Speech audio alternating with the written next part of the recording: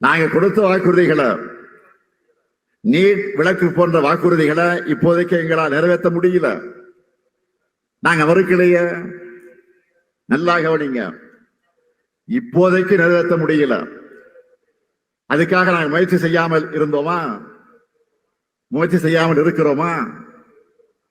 ஆட்சி பொறுப்புக்கு வந்த உடனே நீட் விலக்குக்கு சட்டமன்றத்தை சட்டமேற்றி அனுப்பினோம். அதை என்ன மாதிரியான சூழ்ச்சிகள் எல்லாம் பண்ணி ஆளுநர் மூலமாக தடுத்தாங்க, இது நாட்டு மக்களுக்கு நல்லா தெரியும். அப்பவும் கடுமையான சட்ட போராட்டம் நடத்தணும்.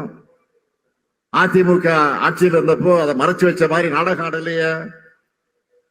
அடுத்து நாடாளுமன்ற தேர்தல் வந்ததும் ஒன்றியத்துல நமக்கு ஆதரவான அரசு அமையும் என்ற நம்பிக்கையோடு போராடணும்.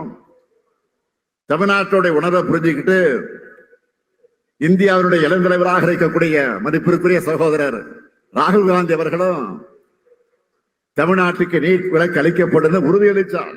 புதுச்சேரி உட்பட 40 தொகுதிகளில் இந்தியா கூட்டணிக்கு வெற்றியை தந்தீங்க. ஒன்றியத்துல பாஜக ஆட்சி அமைஞ்சது. அதுவும் பெரும்பான்மை ஆட்சி கிடையாது, சிலர் ஆதரவோட மைனாரிட்டி ஆட்சியாகத்தான் அமைச்சிருக்காங்க.